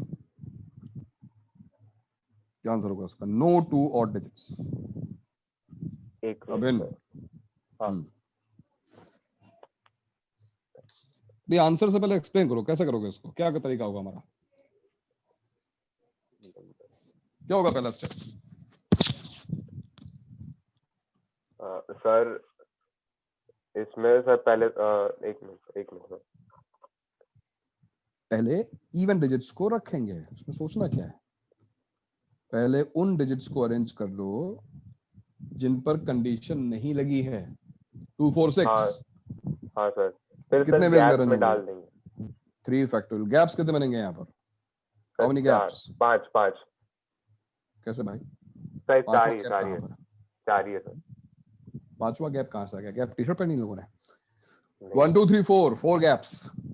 और इन 4 gaps में क्या करना है? इन 4 गैप्स में सर ऑड डिजिट्स डालेंगे। इन 4 गैप्स में उन 3 डिजिट्स 4p3। क्या आंसर आ गया? आंसर बताओ। हाँ सर 6 into 16 16 4p3 क्या होता है बे? हाँ? क्या होता है 4p3? Sir 4 factorial. तो फिर 16 कहाँ से हो गया? सॉरी सर वो 24 into 6। 24 into 6 कितना हो गया? 144। 120 144 सर 144। क्या हो गया तुझे? दोनों 144 आ रहे हैं। चांस की बात है, ठीक है, चांस की बात है। इट इज प्योर कोइंसिडेंस कि दोनों का आंसर सेम आ रहा है। यहाँ से इंस्पिरेशन मतलब लेना, मोटिवेशन कि हाँ भाई आंसर दोनों का हमेशा सेम ही आता है। All odd digits come together is 144. No two odd digits come together is also 144. ठीक है, ये था ग्रुप मेथड पहला, दूसरा था गैप मेथड। तीसरा part, no two even and no two odd digits come together. अब बताओ भाई ये वाला क्वेश्चन कैसे करोगे? सर पहले हम 2 केस बना लेंगे और फिर इंटरसेक्शन सब्ट्रैक्ट कर लेंगे। क्या 2 केस? सर एक में इवन के लिए ग्रुपिंग, एक में ऑड के लिए ग्रुपिंग। सर उसमें ग्रुप और अबे आपको कम है। इसमें तो एक ही पॉसिबल है ना। नहीं पहले ये बताओ कि ग्रुपिंग कौन कर रहा है? नहीं ग्रुपिंग कहाँ से हो गया? हाँ नोट 2 है, सॉरी सर। क्या बोला और किसने बोला? राधिका क्या बोल रही? मतलब इसमें एक ही टाइप का केस पॉसिबल है जिसमें odd even odd even odd even है। Odd even odd even odd even या even odd even even odd even odd even odd. 2 cases possible because we have equal number of even and odd digits, so only 2 types of cases are possible. क्योंकि हम चाहते हैं कि कोई भी 2 even digits एक साथ ना आए, कोई भी 2 odd digits भी एक साथ ना आए, तो उनको alternately रखना पड़ेगा और कोई तरीका है ही नहीं।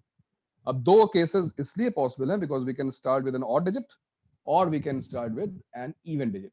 Tell me what is your answer in case 1 and what is your answer in case 2? Case 1 का आंसर क्या है?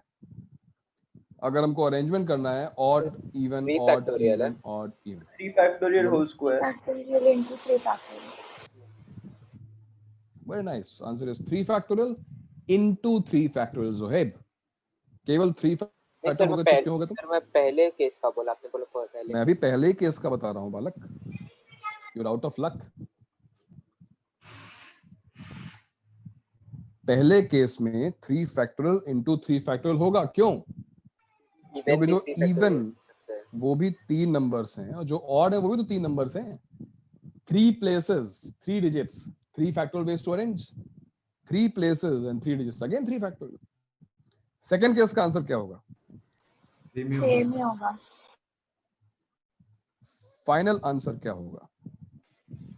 2 into 3 factorial square. Add 2 into 3 factorial into 3 factorial. समझे भाई? So no two even and no two odd digits come together का answer होगा 2 into 3 factorial into 3 factorial. Only 2 cases are possible. उनको alternate रखना पड़ेगा। नोट कर लो।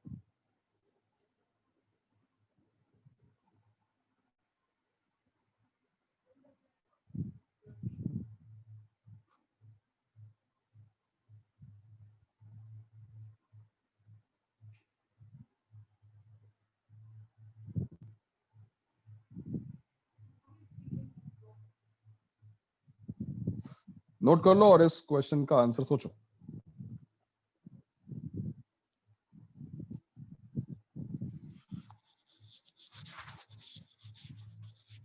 Exactly 2 odd digits come together. Exactly 2.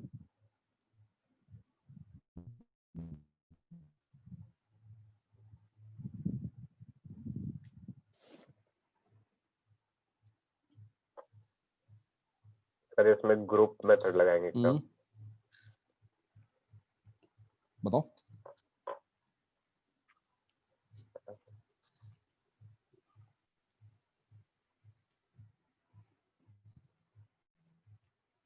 Sir 5 factorial into 2 factorial है क्या? Sir नहीं sir, उसके साथ माइनस भी एक होगा, केस एक exclude भी केस करना माइनस पड़ेगा भी ना। होगा। एक्सप्लेन करो, तुम कर क्या रहे हो?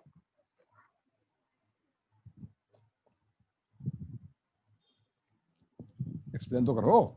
सर पहले कर क्या रहे हो?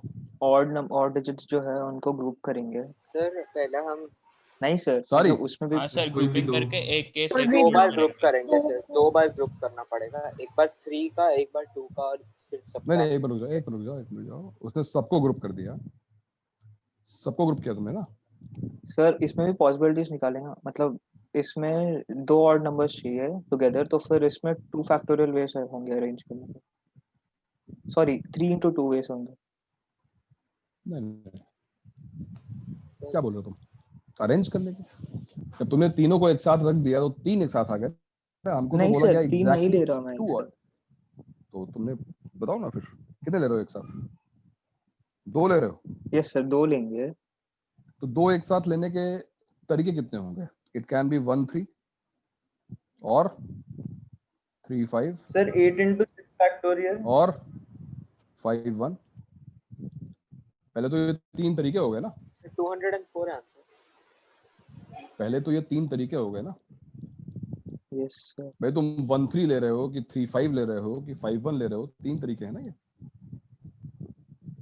अब सपोज मैंने इसमें से एक उठाया case. Suppose let 1 and 3 come together. मान लो ऐसा, हम एक केस की बात करते हैं। 1 and 3 कम टुगेदर। चलो अब इसका आंसर बताओ। 1 3 का हमने बना लिया ग्रुप, 1 3 का हमने ग्रुप बना लिया और 5 को हमें सेपरेट रखना है। 1 3 को तो एक साथ आना है, बट 5 को उसके साथ नहीं आना है। How will you ensure this? ये चीज की गारंटी तुम कैसे दोगे? कैसे ये एंश्योर करोगे कि 1 और 3 तो एक साथ सर गैप मेथड, बट 5 ना आए? ये वो क्वेश्चन है जहां पे ग्रुप और गैप दोनों एक साथ लगाना पड़ेगा। कैसे? देखो सबसे पहले मैंने उन डिजिट्स को प्लेस कर दिया जिन पर कंडीशन नहीं है। 2 4 6 2 4 6 को अरेंज करने के वेज होंगे 3 फैक्टोरियल। अब जरा इन गैप्स को देखो, कितने गैप्स हमारे पास? 4 गैप्स हैं ऑब्वियसली। इन 4 गैप्स में क्या जाने वाला है और क्यों जाने वाला है? इन 4 गैप्स में एक गैप में 1 3 जाएगा, दोनों जाएंगे एक गैप में। क्यों दोनों जाएंगे एक गैप में? क्योंकि हम कह रहे हैं कि 1 और 3 जो है वो दोनों क्योंकि हमने ग्रुप बना दिया उनको। यस। और दूसरे गैप में किसी भी जो बचेगा उसमें दूसरे गैप में 5 जाने वाला है, क्योंकि अगर 1 3 और 5 को अलग अलग गैप में डाला तो वो दोनों कभी एक साथ नहीं आ पाएंगे। तो 1 3 तो एक साथ आएगा बट 5 हमेशा उससे सेपरेट रहेगा। In how many ways we can arrange 1 3 a group and 5 in these 4 gaps? 4 P2 into 2 factorial into 2 factorial because क्यों मल्टीप्लाई किया 2 फैक्टोरियल से? 1 3 में ग्रुप में भी तो इंटरचेंज 1 और 3 में इंटरचेंज हो सकता है, क्योंकि 1 और 3 को भी आपस में अरेंज किया जा सकता है। और ये आंसर तब आता है जब तुमने कहा कि 1 and 3 कम टुगेदर। बट हम देख चुके हैं कि ऐसे एक केस नहीं है। अब हो सकता है 3 and 5 कम टुगेदर, हो सकता है 5 and 1 कम टुगेदर। तो हर एक केस में आंसर सेम ही आएगा ना। तो multiply by 3। What is your final answer? 3 into 3 factorial into 4p2 into 2 factorial, which is calculate करो। हाँ, एक मिनट, इसको कैलकुलेट करो, बताओ क्या आ रहा है आंसर? 144 into 3 है ना?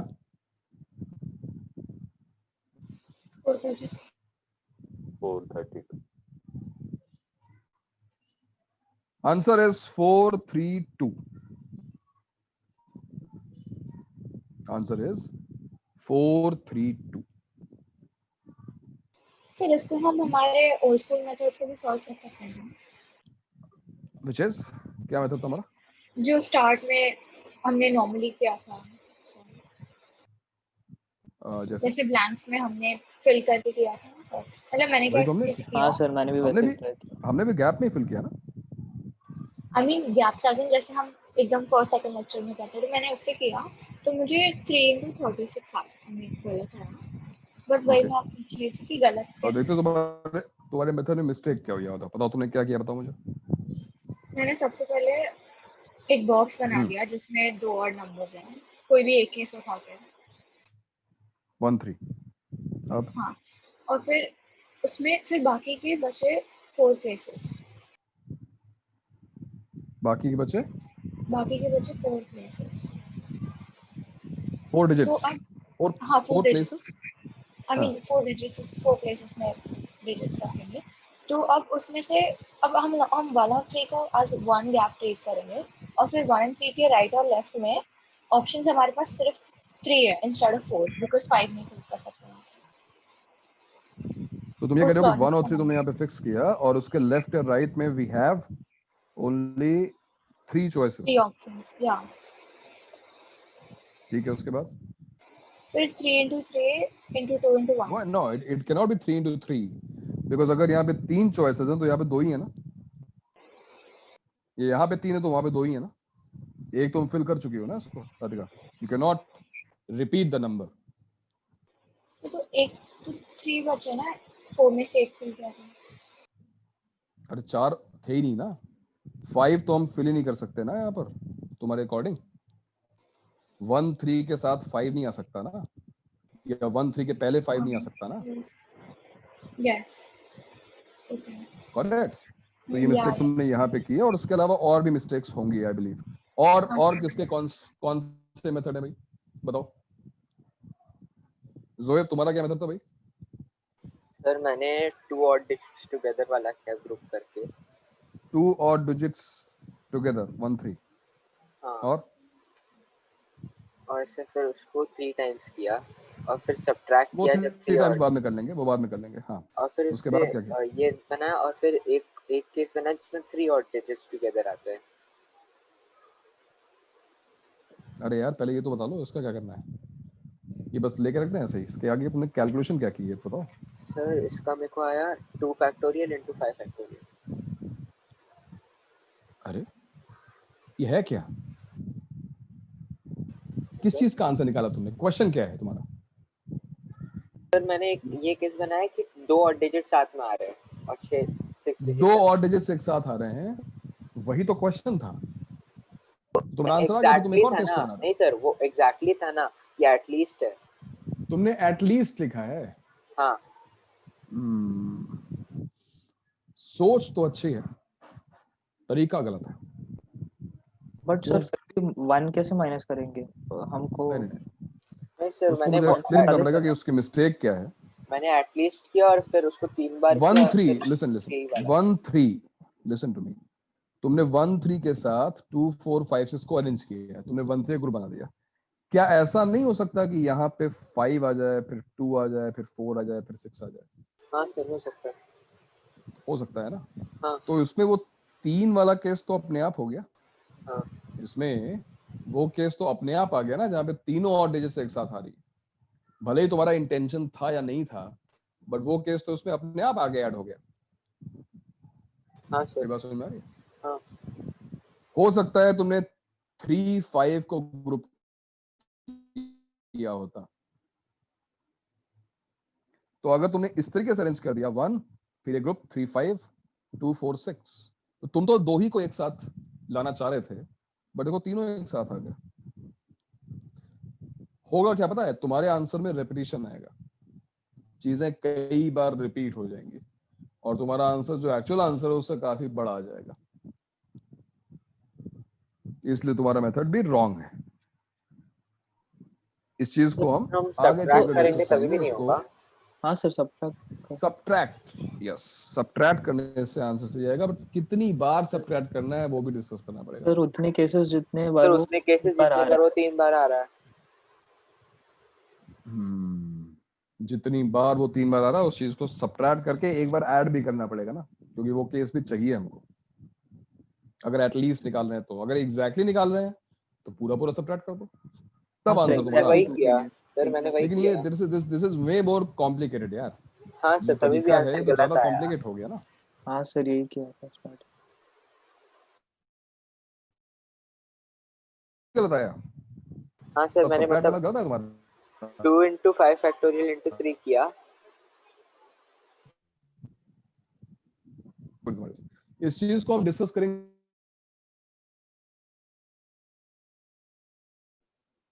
सर आपकी आवाज नहीं आ रही। आपकी आवाज तो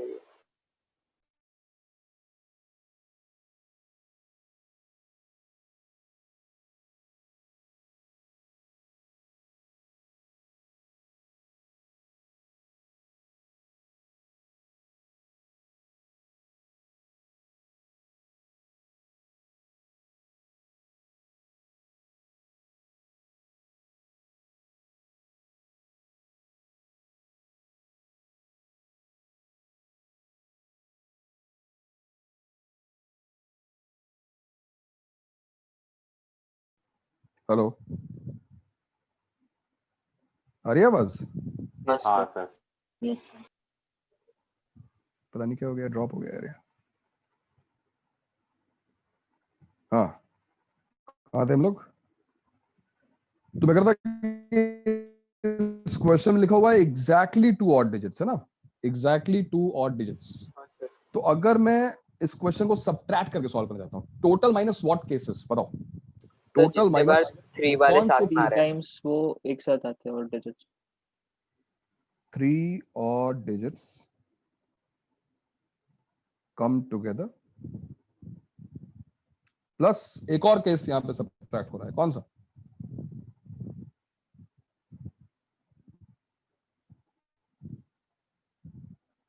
है कि नहीं? अरे क्या क्या हो सकता है? अगर हमारे पास 3 और डिजिट्स हैं 1 3 5, तो क्या क्या हो सकता है? सर बट टोटल नहीं या तो निकाल 1 रहे 3 सर, 5 हम तीनों एक तो साथ आएंगे। 2 और डिजिट्स वाले ही निकाल रहे हैं ना।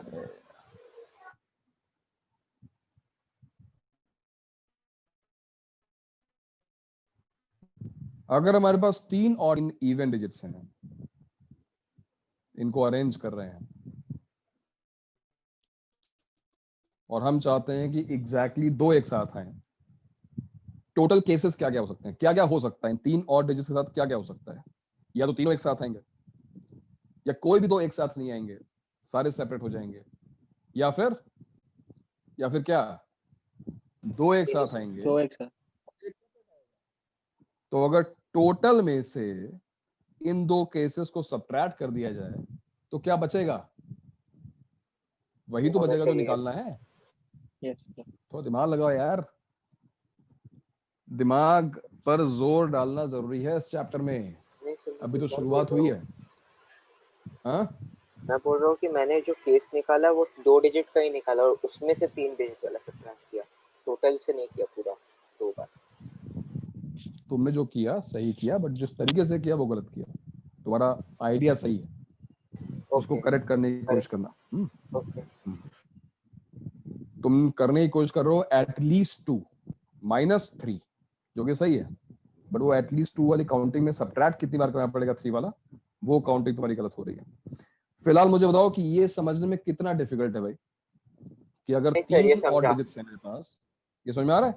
हाँ सर। 1 3 5 3 और डिजिट्स हैं, क्या क्या हो सकता है 3 और डिजिट्स के साथ? तीनों एक साथ आ सकती हैं, कोई 2 एक साथ और एक सेपरेट हो सकता है, या तीनों सेपरेट हो सकते हैं। तो अगर इन तीनों केसेस में से 2 केसेस को सब्ट्रैक्ट कर दें, so what remains is your answer, 2 together and 1 separate।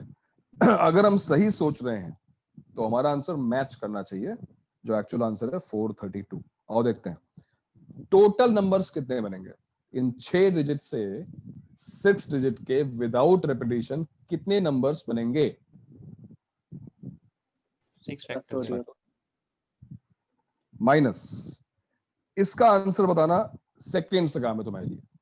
तीनों एक साथ, तो तीनों का ग्रुप बनाया, 36 तीनों का ग्रुप बना दिया, क्या आंसर आएगा? 4 factorial into 3 factorial. Very good. और दूसरा पार्ट भी तुम्हारा सेकेंड से काम है, because no 2 are coming together, gap method. क्या आंसर आएगा इसका?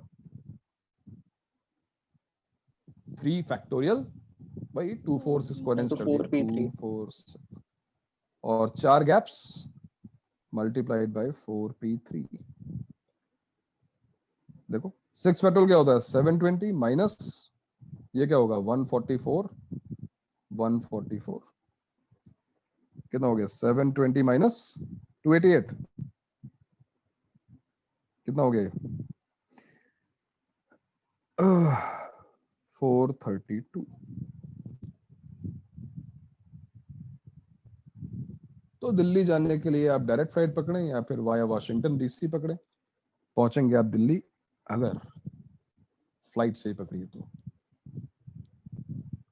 तरीका कुछ भी हो सकता है, कैलकुलेशन सही होनी जरूरी है। जोएब तुम्हारा मेथड भी डिस्कस करेंगे, तुम उसको रेक्टिफाई करने की कोशिश करो, तुम देखो मिस्टेक कहां पे की है। ठीक है, तुम्हारा आइडिया सही है लेकिन तुम्हारा एप्लीकेशन रॉन्ग है उसका, वो चेक करो कहां सही कैसे करना है उसको। ये फोर्थ पार्ट सभी को समझ में आया? पहला तरीका जहां पे मैं तुम्हें बताया कि भाई 2 डिजिट्स को, 2 और डिजिट्स को एक साथ रखना है, तो उसके 3 तरीके हैं। It can B 1 3, it can B 3 5, it can B 5 1। अब एक केस को पकड़ के उसका आंसर निकाला मैंने, 1 3 को एक साथ रख दिया और 5 को सेपरेट कर दिया। तो अगर 2 चीजों को सेपरेट करना है, 2 और मोर, तो गैप मेथड यूज किया जाता है। गैप मेथड यूज किया मैंने। इस पार्ट का जो भी आंसर आया उसको फाइनली 3 से मल्टीप्लाई कर दिया, because we have 3 such cases, 1 3 3 5 5 1। Answer is 432। समझ में आया?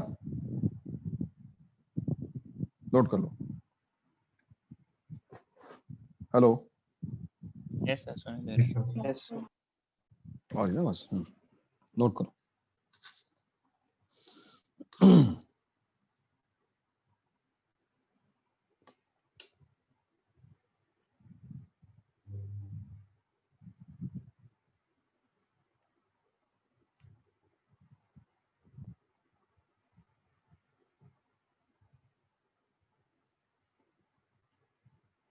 सर TWT का टाइमिंग क्या है? मॉर्निंग बोला तुमने 9 o'clock। हाँ सर, एक 9 to 10 और पहले दूसरा क्या होगा 11 ना? to 12 रख दीजिए। यस सर सर चलो। 9 सर थोड़ा लेट। क्या दूसरे का मुझे नहीं पता, वो तुम्हें सर से पूछना पड़ेगा। पूछा है सर तुमने क्या? कैम का पहले कर दिया। सर गौरव सर तो बोलते हैं कि मतलब जब रखना है रखो, वो इन सब में मतलब बीच में नहीं पड़ता, ऐसा बोला उन्होंने। अबे उन्हीं का टेस्ट है तो वो कोई और थोड़ी रखेगा। सर उन्होंने ऐसे कुछ टाइमिंग स्पेसिफिक नहीं बोली है, उन्होंने बोला कि जब हमें रखना तब रखवा सकते हैं, उनको रखवाना हो तो।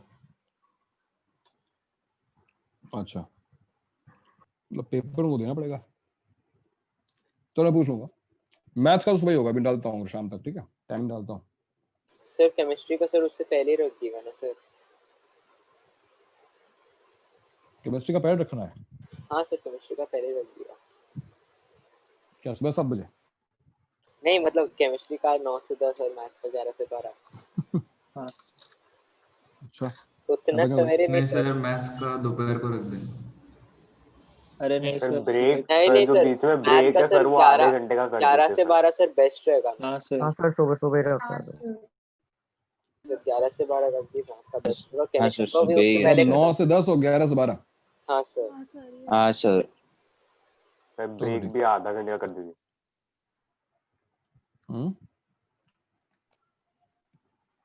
ब्रेक चाहिए ना तुम्हें? ठीक। नहीं सर, नहीं मैं सर बोल रहा ब्रेक हूँ कम ब्रेक चाहिए। आधे घंटे का सर कर वो दीजिए। बोल रहा है कि आप एक 9 से 10 रखिए और दूसरे 10:30 से 11:30।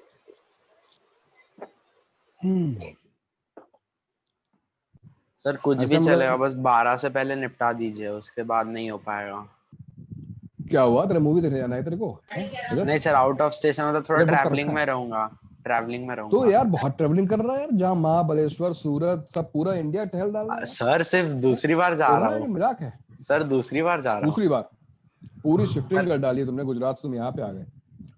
अभी तुम महाबलेश्वर घूम आए, सर वो तो महीनों अब तुम पहले फिर था जा और रहे वो हो। तो मस्त था सर। वो तो मस्त, तो हर चीज मस्त ही होती है सर मस्त ना? मस्त मस्त। नहीं। अरे जो भी था, अब कहाँ ट्रेवल कर रहे हो भाई? सर पेरेंट्स का काम है सर पुणे में, तो वहां जा रहे हैं। अरे कोई काम नहीं, घूमने जा रहा है। अरे नहीं पूणे सर, में सही में काम है, मैं वहां पे कर लूंगा सर क्लास अटेंड, मुझे रिलेटिव्स के वहां पे पेरेंट्स ड्रॉप में कर तुम जो रहे है, हैं। तुम रुके रहो यहाँ पर। सर घर पे नहीं छोड़ते ना अकेले, मैं तो रेडी हूँ, मुझे तो नहीं जाना रिश्तेदारों के पास। सर कमाल लोनावाला है, जा रहा है। 6.5 फीट का लड़का है, उसको अकेले छोड़ने में क्या दिक्कत है भाई? कमाल है यार।